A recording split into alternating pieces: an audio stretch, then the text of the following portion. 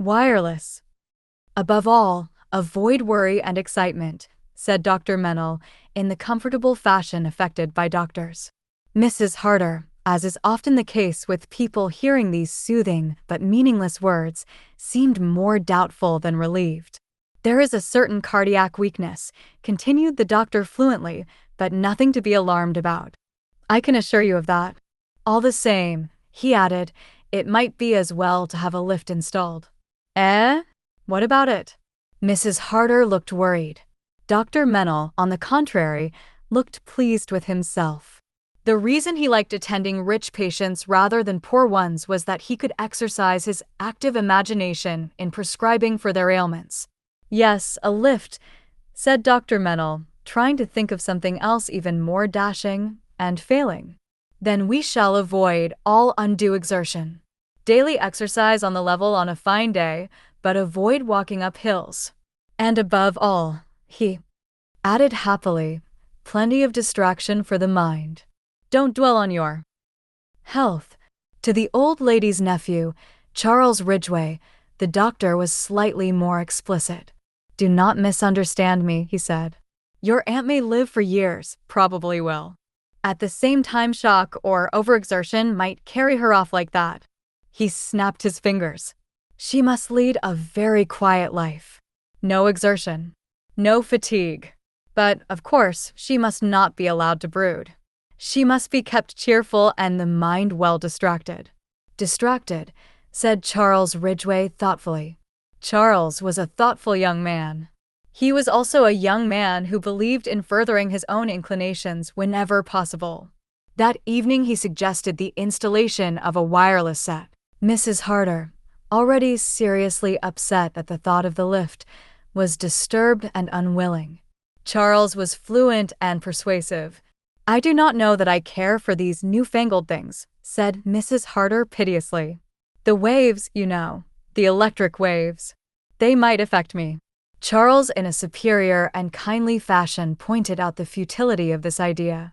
Mrs. Harder, whose knowledge of the subject was of the vaguest, but who was tenacious of her own opinion, remained unconvinced. All that electricity, she murmured timorously. You may say what you like, Charles, but some people are affected by electricity. I always have a terrible headache before a thunderstorm. I know that. She nodded her head triumphantly. Charles was a patient young man. He was also persistent.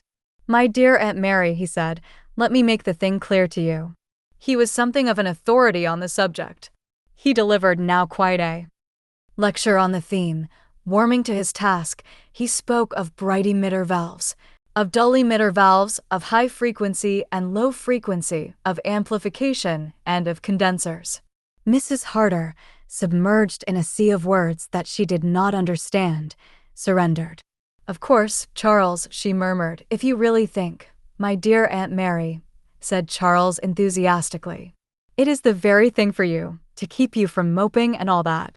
The lift prescribed by Dr. Mennel was installed shortly afterwards and was very nearly the death of Mrs. Harder since, like many other old ladies, she had a rooted objection to strange men in the house. She suspected them one and all of having designs on her old silver. After the lift, the wireless set arrived. Mrs. Harder was left to contemplate the, to her, repellent object, a large, ungainly-looking box studded with knobs. It took all Charles's enthusiasm to reconcile her to it. Charles was in his element. He turned knobs, discoursing eloquently the while. Mrs. Harder sat in her high-backed chair, patient and polite, with a rooted conviction in her own mind that these new-fangled notions were neither more nor less than unmitigated nuisances. Listen, Aunt Mary, we are on to Berlin. Isn't that splendid? Can you hear the fellow? I can't hear anything except a good deal of buzzing and clicking, said Mrs. Harder. Charles continued to twirl knobs. Brussels, he announced with enthusiasm. Is it really? Said Mrs. Harder with no more than a trace of interest. Charles again turned knobs and an unearthly howl echoed forth into the room. Now we seem to be on to the dog's home, said Mrs. Harder, who was an old lady with a certain amount of spirit. Ha ha, said Charles. "You will have your joke, won't you, Aunt Mary? Very good that." Mrs. Harder could not help smiling at him. She was very fond of Charles. For some years a niece, Miriam Harder, had lived with her. She had intended to make the girl her heiress, but Miriam had not been a success. She was impatient and obviously bored by her aunt's society. She was always out, gaddying about, as Mrs. Harder called it. In the end, she had entangled herself with a young man of whom her aunt thoroughly disapproved. Miriam had been returned to her mother with a curt note, much as if she had been goods on approval.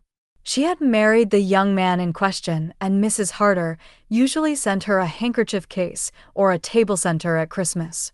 Having found nieces disappointing, Mrs. Harder turned her attention to nephews. Charles, from the first, had been an unqualified success. He was always pleasantly deferential to his aunt and listened with an appearance of intense interest to the reminiscences of her youth. In this he was a great contrast to Miriam, who had been frankly bored and showed it. Charles was never bored. He was always good-tempered, always gay. He told his aunt many times a day that she was a perfectly marvelous old lady. Highly satisfied with her new acquisition, Mrs. Harder had written to her lawyer with instructions as to the making of a new will. This was sent to her, duly approved by her and signed. And now, even in the matter of the wireless, Charles was soon proved to have won fresh laurels. Mrs. Harder, at first antagonistic, became tolerant and finally fascinated. She enjoyed it very much better when Charles went out. The trouble with Charles was that he could not leave the thing alone. Mrs. Harder would be seated in her chair, comfortably listening to a symphony concert or a lecture on Lucrezia Borgia or pawn life, quite happy and at peace with the world. Not so Charles. The harmony would be shattered by discordant shrieks while he enthusiastically attempted to get foreign stations. But on those evenings when Charles was dining out with friends, Mrs. Harder enjoyed the wireless very much indeed. She would turn on 2 switches, sit in her high-backed chair, and enjoy the program of the evening. It was about 3 months after the wireless had been installed that the first eerie happening occurred. Charles was absent at a bridge party. The program for that evening was a ballad concert. A well-known soprano was singing Annie Laurie, and in the middle of Annie Laurie, a strange thing happened. There was a sudden break. The music ceased for a moment.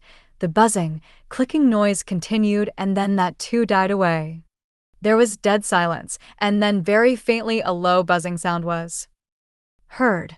Mrs. Harder got the impression, why she did not know, that the machine was tuned into somewhere very far away, and then clearly and distinctly a voice spoke, a man's voice with a faint Irish accent. "Mary? Can you hear me, Mary? It is Patrick speaking. I am coming for you soon. You will be ready, won't you, Mary?" Then, almost immediately, the strains of Annie Laurie once more filled the room. Mrs. Harder sat rigid in her chair, her hands clenched on each arm of it. Had she been dreaming? Patrick's voice in this very room, speaking to her. No, it must be a dream, a hallucination perhaps. She must just have dropped off to sleep for a minute or 2. A curious thing to have dreamed, that her dead husband's voice should speak to her over the ether. It frightened her just a little. What were the words he had said?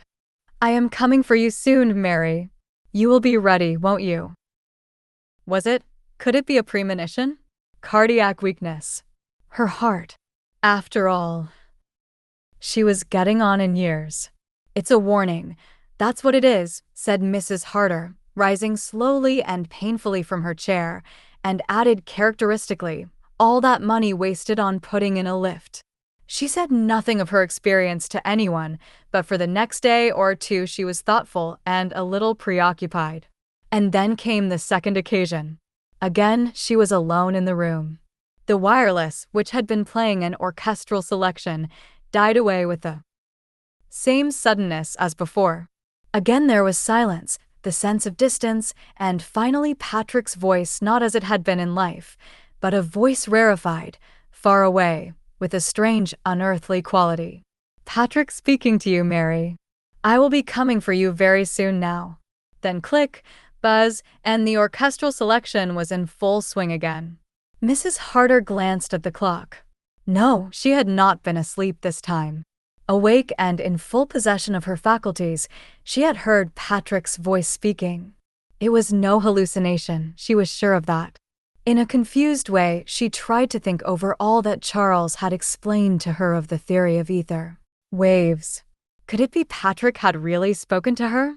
That his actual voice had been wafted through space? There were missing wavelengths or something of that kind. She remembered Charles speaking of gaps in the scale. Perhaps the missing waves explained all the so-called psychological phenomena? No, there was nothing inherently impossible in the idea. Patrick had spoken to her. He had availed himself of modern science to prepare her for what must soon be coming. Mrs. Harder rang the bell for her maid, Elizabeth. Elizabeth was a tall, gaunt woman of 60. Beneath an unbending exterior, she concealed a wealth of affection and tenderness of her mistress. Elizabeth, said Mrs. Harder when her faithful retainer had appeared, you remember what I told you? The top left-hand drawer of my bureau. It is locked, the long key with the white label. Everything is there ready. Ready, ma'am? For my burial, snorted Mrs. Harder. You know perfectly well what I mean, Elizabeth. You helped me to put the things there yourself. Elizabeth's face began to work strangely. Oh, ma'am, she wailed, don't dwell on such things. I thought you was a sight better. We have all got to go sometime or another, said Mrs. Harder practically. I am over my 70 years and 10, Elizabeth. There, don't make a fool of yourself. If you must cry, go and cry somewhere else. Elizabeth retired, still sniffing. Mrs. Harder looked after her with a good deal of affection. Silly old fool, but faithful, she said. Very faithful. Let me see. Was it £100 or only 50 I left her? It ought to be 100. She has been with me a long time. The point worried the old lady, and the next day she sat down and wrote to her lawyer asking if he would send her will so that she might look over it. It was that same day that Charles startled her by something he said at lunch. By the way, Aunt Mary, he said, who is that funny old josser up in the spare room?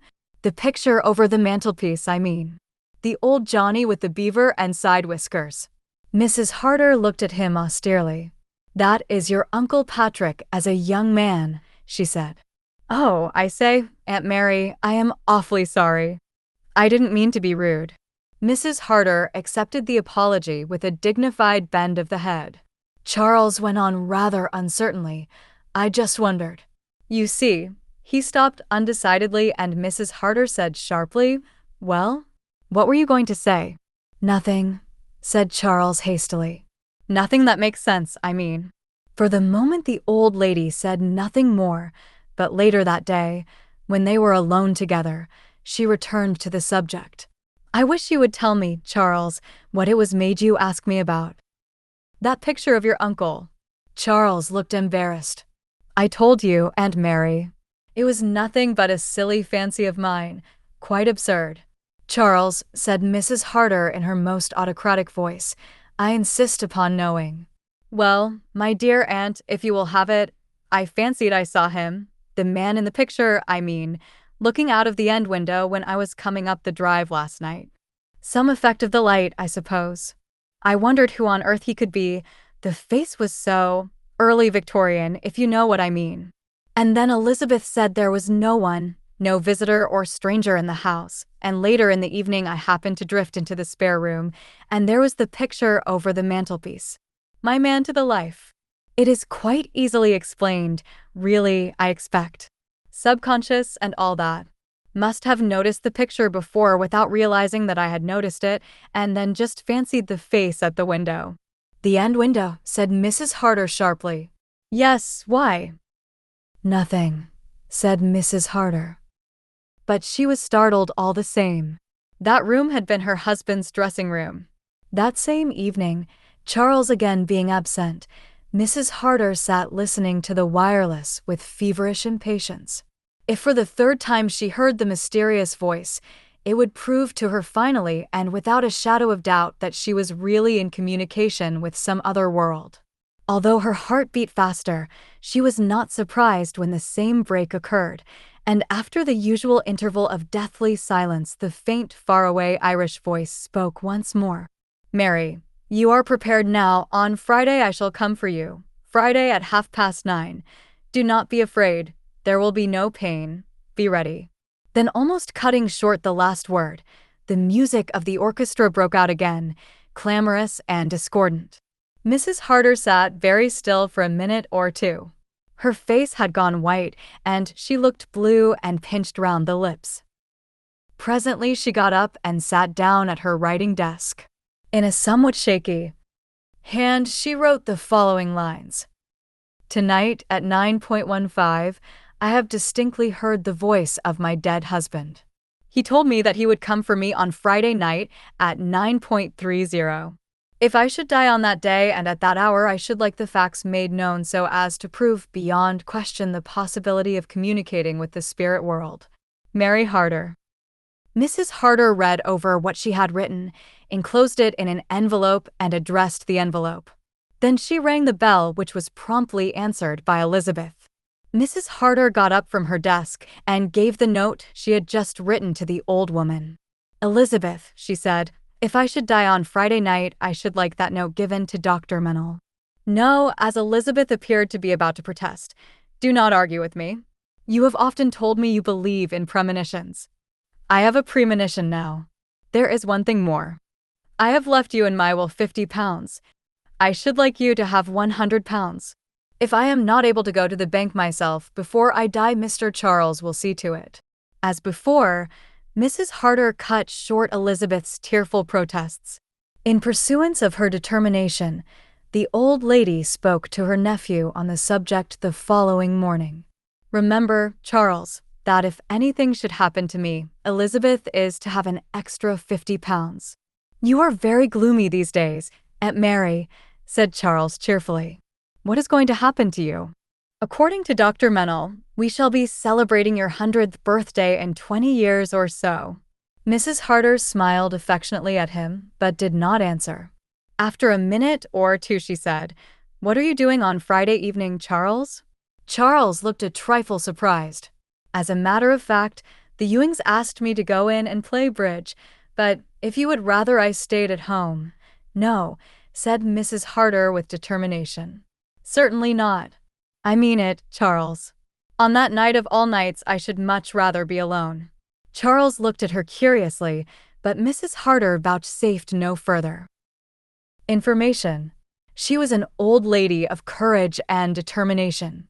She felt that she must go through with her strange experience single-handed. Friday evening found the house very silent. Mrs. Harder sat, as usual, in her straight-backed chair, drawn up to the fireplace.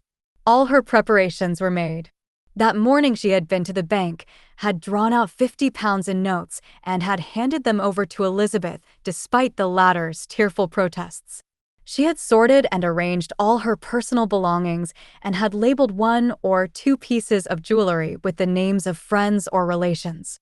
She had also written out a list of instructions for Charles. The Worcester tea service was to go to Cousin Emma, the Sèvres jars to young William, and so on.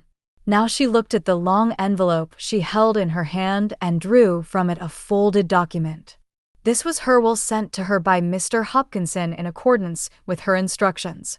She had already read it carefully, but now she looked over it once more to refresh her memory. It was a short, concise document. A bequest of £50 to Elizabeth Marshall in consideration of faithful service, 2 bequests of £500 to a sister and a first cousin, and the remainder to her beloved nephew Charles Ridgway. Mrs. Harder nodded her head several times. Charles would be a very rich man when she was dead. Well, he had been a dear good boy to her. Always kind, always affectionate, and with a merry tongue which never failed to please her. She looked at the clock. 3 minutes to the half-hour. Well, she was ready. And she was calm, quite calm. Although she repeated these last words to herself several times, her heart beat strangely and unevenly. She hardly realized it herself, but she was strung up to a fine point of overwrought nerves. 9:30. The wireless was switched on. What would she hear? A familiar voice announcing the weather forecast, or that faraway voice belonging to a man who had died 25 years before? But she heard neither. Instead, there came a familiar sound, a sound she knew well but which tonight made her feel as though an icy hand were laid on her heart. A fumbling at the door. It came again. And then a cold blast seemed to sweep through the room. Mrs. Harder had now no doubt what her sensations were. She was afraid. She was more than afraid, she was terrified. And suddenly there came to her the thought, 25 years is a long time. Patrick is a stranger to me now. Terror. That was what was invading her. A soft step outside the door, a soft, halting footstep. Then the door swung silently open. Mrs. Harder staggered to her feet, swaying slightly from side to side, her eyes fixed on the doorway. Something slipped from her fingers into the grate. She gave a strangled cry which died in her throat. In the dim light of the doorway stood a familiar figure with chestnut beard and whiskers and an old-fashioned Victorian coat. Patrick had come for her. Her heart gave one terrified leap and stood still. She slipped to the ground in a huddled heap. There Elizabeth found her, an hour later. Dr. Mennel was called at once and Charles Ridgway was hastily recalled from his bridge party. But nothing could be done. Mrs. Harder had gone beyond human aid. It was not until 2 days later that Elizabeth remembered the note given to her by her mistress. Dr. Mennel read it with great interest and showed it to Charles Ridgway. "A very curious coincidence," he said. "It seems clear that your aunt had been having hallucinations about her dead husband's voice. She must have strung herself up to such a point that the excitement was fatal, and when the time actually came, she died of the shock." "Autosuggestion," said Charles. "Something of the sort. I will let you know the result of the autopsy as soon as possible, though I have no doubt of it myself. In the circumstances, an autopsy was desirable, though purely as a matter of form." Charles nodded comprehendingly. On the preceding night, when the household was in bed, he had removed a certain wire which ran from the back of the wireless cabinet to his bedroom on the floor above. Also, since the evening had been a chilly one, he had asked Elizabeth to light a fire in his room, and in that fire he had burned a chestnut beard and whiskers. Some Victorian clothing belonging to his late uncle he replaced in the camphor-scented chest in the attic. As far as he could see, he was perfectly safe. His plan, the shadowy outline of which had first formed in his brain when Dr. Mennel had told him that his aunt might with due care live for many years, had succeeded admirably. "A sudden shock," Dr. Mennel had said. Charles, that affectionate young man, beloved of old ladies, smiled to himself. When the doctor departed, Charles went about his duties mechanically. Certain funeral arrangements had to be finally settled. Relatives coming from a distance had to have trains looked out for them. In 1 or 2 cases, they would have to stay the night. Charles went about it all efficiently and methodically, to the accompaniment of an undercurrent of his own thoughts. A very good stroke of business. That was the burden of them. Nobody, least of all his dead aunt, had known in what perilous straits Charles stood. His activities, carefully concealed from the world, had landed him where the shadow of a prison loomed ahead. Exposure and ruin had stared him in the face unless he could in a few short months raise a considerable sum of money. Well, that was all right now. Charles smiled to himself.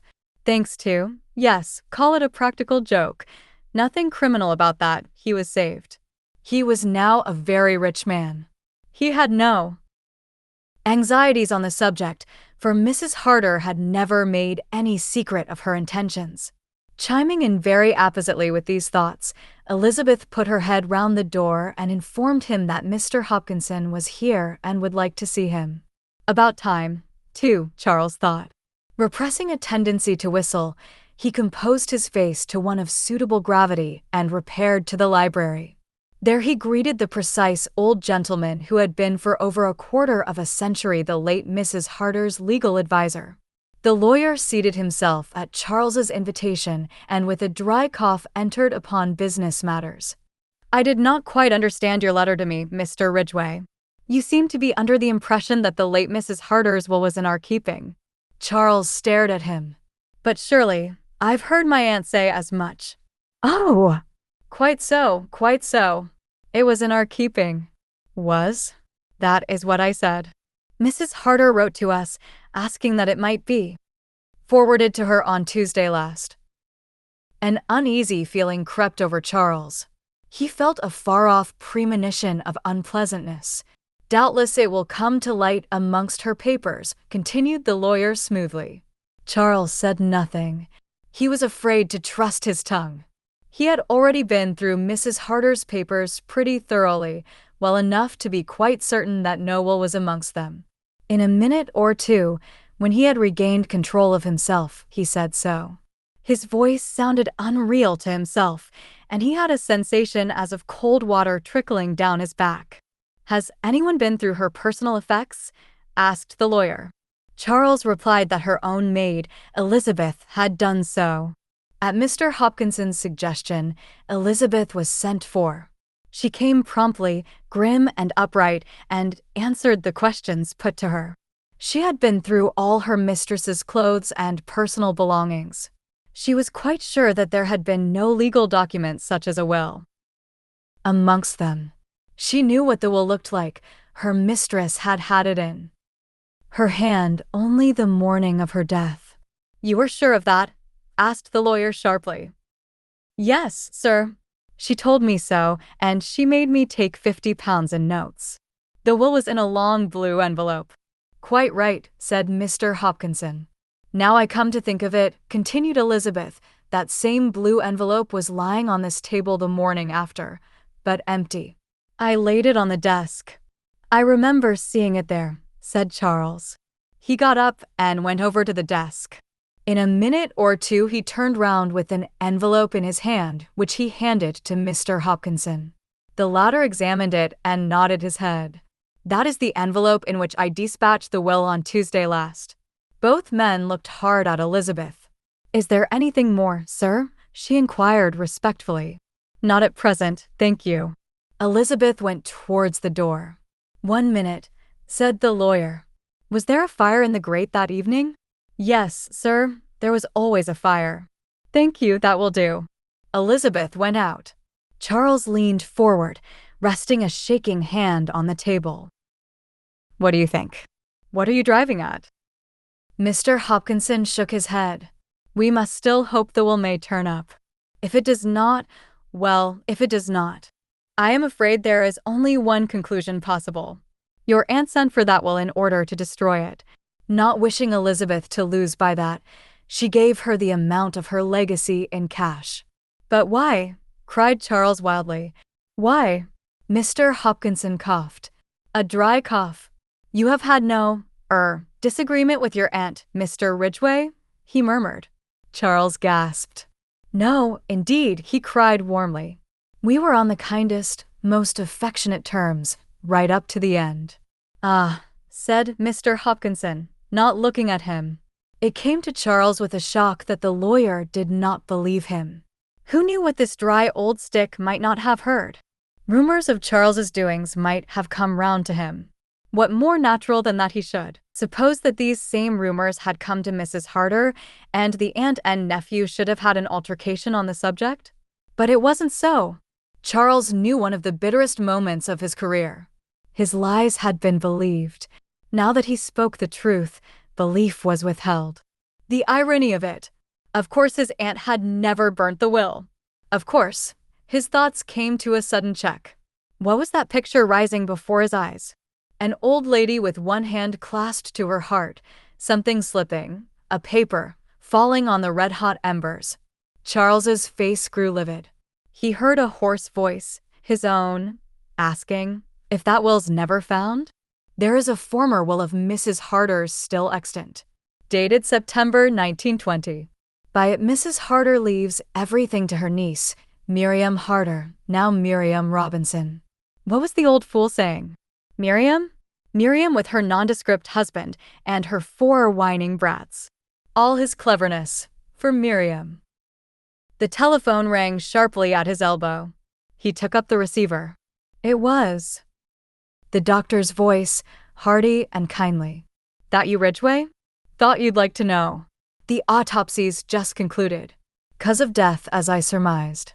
But as a matter of fact, the cardiac trouble was much more serious than I suspected when she was alive. With the utmost care, she couldn't have lived longer than 2 months at the outside. Thought you'd like to know. Might console you more or less. Excuse me, said Charles, would you mind saying that again? She couldn't have lived longer than 2 months, said the doctor in a slightly louder tone.